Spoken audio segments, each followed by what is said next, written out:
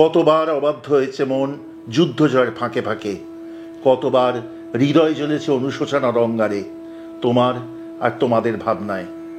তোমাকে ফেলে এসেছি দারিদ্র্যের মধ্যে, ছুঁড়ে দিয়েছি দুর্ভিক্ষের অঙ্গারে। ঝড়ে আর বন্যায়, মারি আর মরকের দুঃসহ আঘাতে বারবার বিপন্ন হয়েছে তোমাদের অস্তিত্ব। আর আমি ছুটে গেছি এক যুদ্ধক্ষেত্র থেকে আরেক যুদ্ধক্ষেত্রে। নমস্কার। কে বলে যে জীবনের টানে, জীবিকার টানে যতবার পুরুষ বেরিয়েছে ঘরের বাইরে, ফেলে রেখে এসছে পিছে তার প্রিয়তমাকে, হৃদয় অঙ্গার জ্বলেছে কেবল সে প্রিয়তমার। কে বলে হৃদয় অঙ্গার চেপে বাইরের দিকে মুখ ফেরায়নি সেই পুরুষটিও? ফিরিয়েছে, নিশ্চয়ই ফিরিয়েছে।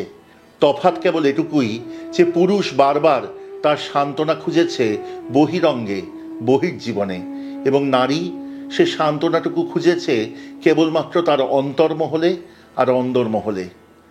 এ কেবলমাত্র মিছে সময়টুকু কাটাবার বাহানা, এ বিরহটুকু পার হয়ে যাওয়ার চেষ্টা ছাড়া আর কিচ্ছুটি নয়।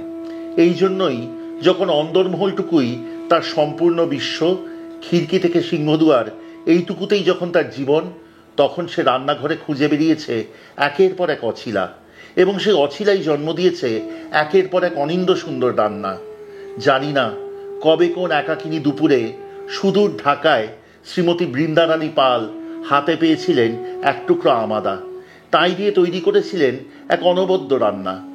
জানি না কবে কোন শুভ দিনে তিনি তার মেয়ে রমা রায়কে শিখিয়েছিলেন এই সুন্দর রান্নাটি, অথবা বংশ পরম্পরায় তৃতীয় পুরুষের হাত ধরে আজকে আমাদের রান্নাঘরে এসে পৌঁছলো সেই রান্না। তবে আমি ধন্য, কারণ লস্ট অ্যান্ড রেয়ার রেসিপিজের দর্শকের দরবারের সিরিজে আজকে রাখতে পারছি সেই রান্না। আজকে আমাদের অতিথি শ্রীমতী অন্বেষা রায়। অন্বেষা রায় আমাদেরকে লিখে পাঠিয়েছিলেন তার পারিবারিক এই রান্নাটি। এমন সুন্দর তার গন্ধ, এমন সুন্দর তার স্বাদ যে ফেলতে পারিনি। আজকে শিখব তার হাতে তার পরিবারের আমাদা ভেটকি। চলুন শিখি।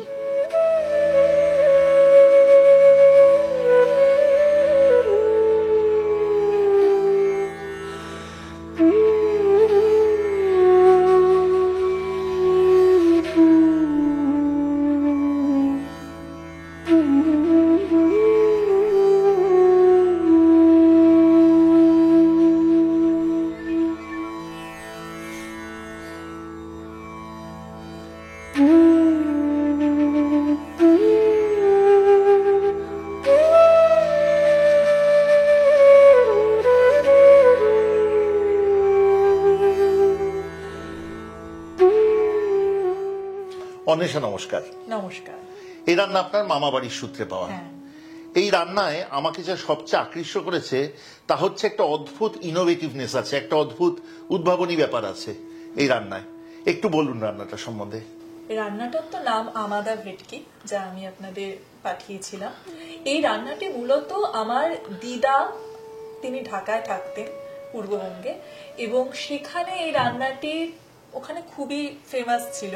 তারপরে এবং আমার মামার বাড়ির দিকে এই রান্নাটি বিভিন্ন পারিবারিক অনুষ্ঠানে হতো, এবং পরবর্তীকালে আমার মা যখন বিয়ে হয়ে আসেন, মা এই রান্নাটি আমাদের বাড়িতে করতো, এবং এখন মায়ের থেকে সেটা আমরাও আর কি সেটা করে নিয়ে চলছি আর কি।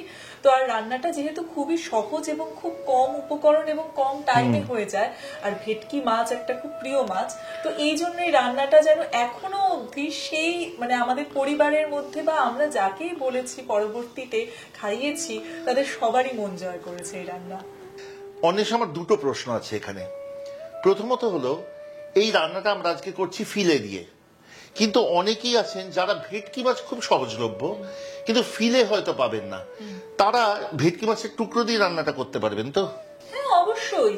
মানে এখানে ভেটকি মাছের টুকরো ফিলেই হতে হবে এরকম কোনো ম্যান্ডেটরি কিছু না। আচ্ছা। ভেটকি মাছটা দিয়েই আমরা খেয়ে এসেছি আমাদা ভেটকি, এরকম অনেক সময় আমরাও করেছি।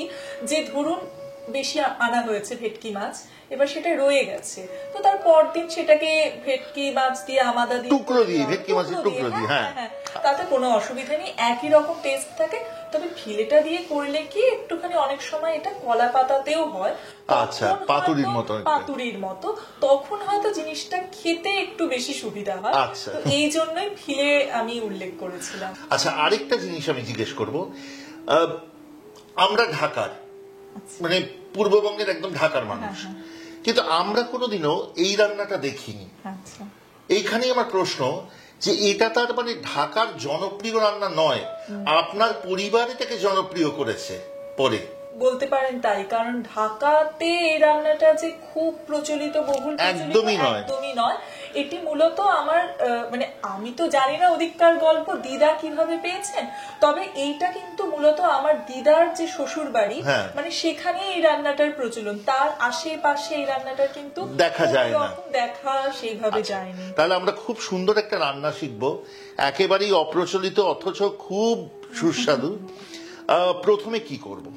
প্রথমে আমরা এই যে ফিলে রয়েছে সেই মাছগুলিকে একটি পাত্রে জল দিয়ে তাতে নুন আর লেবু দিয়ে রেখে দেব, যাতে মাছের যে একটু গন্ধ থাকে সেই গন্ধটা যাতে কম হয়ে যায়, পুরোপুরি দূর হওয়া তো সম্ভব না, যাতে কম হয়ে যায় সেটার চেষ্টা করব। তো 10 থেকে 15 মিনিট আমরা ওই ফিলেগুলিকে জলের মধ্যে নুন লেবু জলে ভিজিয়ে রাখবো। আচ্ছা, এখানে তো মাছের টুকরোগুলির সাথে নুন আর লেবু দিয়ে আমরা ভালো করে মিশিয়ে নিলাম, এবার একটু জল দিয়ে 10-15 মিনিট মতন আমরা মাছের ফিলেগুলিকে ভিজিয়ে রাখবো।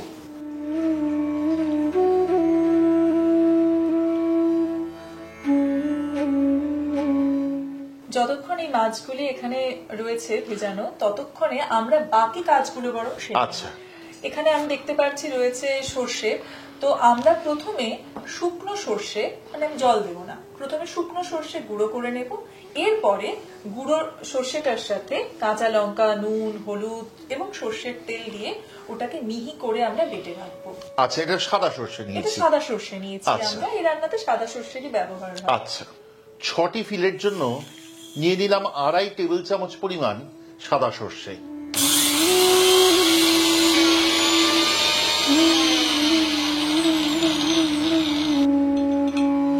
তার সাথে যোগ করব 4টি কাঁচা লঙ্কা, দেব স্বাদ অনুসারে নুন, 1 চা চামচের খানিকটা বেশি হলুদ এবং 3 থেকে 4 টেবিল চামচ পরিমাণ সর্ষের তেল। সাথে দিয়ে দেব খুব অল্প পরিমাণ জল এবং ভালো করে পিষে নেব মিশ্রণটি।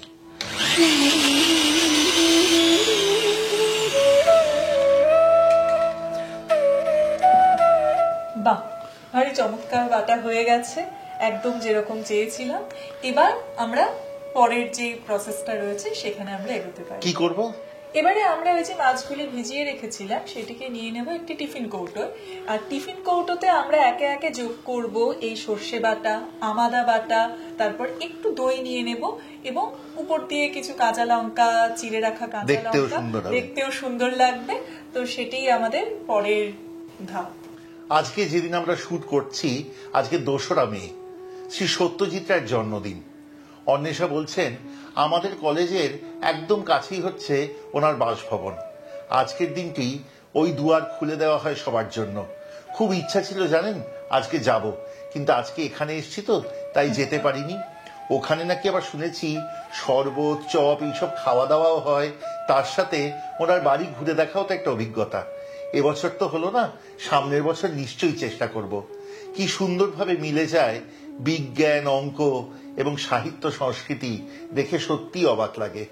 আমাদের ঢাকা শুদ্ধ টিফিন কৌটো হাজির। এই যে টিফিন কৌটো রয়েছে, এবার এতে প্রথমেই আমরা একটু সর্ষের তেল গুলিয়ে নেব। আচ্ছা,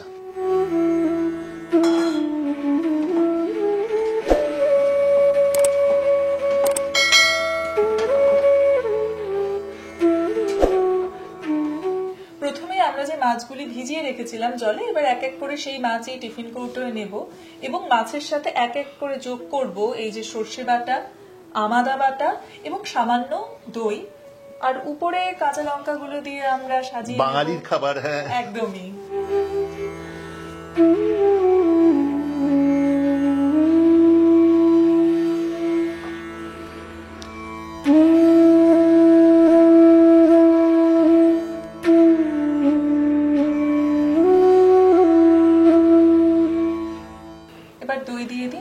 টেবিল চামচ, এবারে আমাদা দিয়ে দেব 1.5 টেবিল চামচ মতো। এবার এই সমস্ত উপকরণগুলিকে ভালোভাবে মাখিয়ে নেব মাছের সাথে।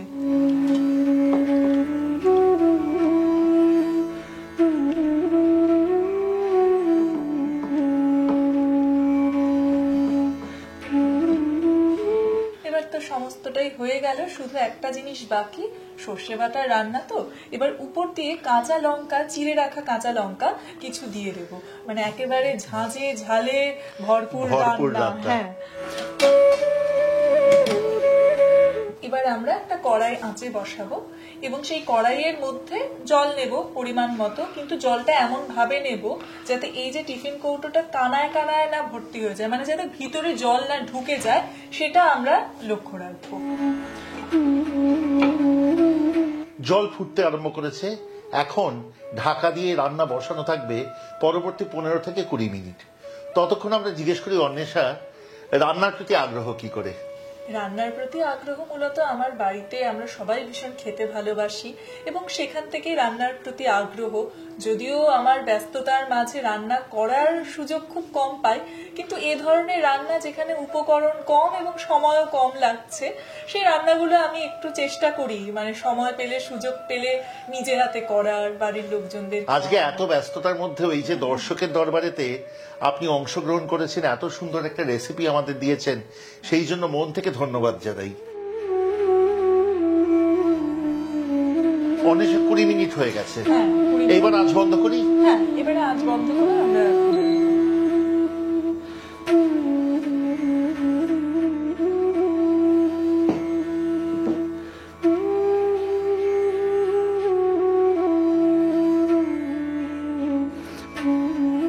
আগে যে কথা বহুবার বলেছি, সেই কথা দিয়ে আবারও শেষ করব আজকের পর্বটি। লস্ট এন্ড রেয়ার রেসিপিজে এই যে হারানো বা বিরল রান্নার অন্বেষণ, তার সঠিক খোঁজ কিন্তু পাওয়া যাবে বইয়ে নয়, আমাদের মনে নয়, কেবলমাত্র আমাদের পরিবারেও তা সীমিত নয়, তা ছড়িয়ে আছে আপনাদের প্রত্যেকের ঘরে ঘরে। তেমনি এক গৃহ থেকে আরেক গৃহতে যাচ্ছি আমরা আজকে এই দর্শকের দরবারে সিরিজে। আজকে যে কটি পর্ব হয়েছে, প্রত্যেকটিতে আমরা খুঁজে পেয়েছি এক একটি নতুন রান্না। দর্শকের দরবারে চলতে থাক আমাদের এই অন্বেষণ, এবং কখনো যেন না শেষ হয় এই ধন্যবাদ জ্ঞাপনের অফুরান ভান্ডার। আজকে ধন্যবাদ জানাবো অন্বেষা রায়কে, কিন্তু তার আগে আপনাদের বলি, আপনারা এই অনবদ্য স্বাদের আমাদা ভেটকি খাবেন অবশ্যই গরম ভাত দিয়ে। ধন্যবাদ। ধন্যবাদ আপনাকেও এবং আপনার পুরো টিমকে আমাকে এখানে ডাকার জন্য। অনেক অনেক ধন্যবাদ।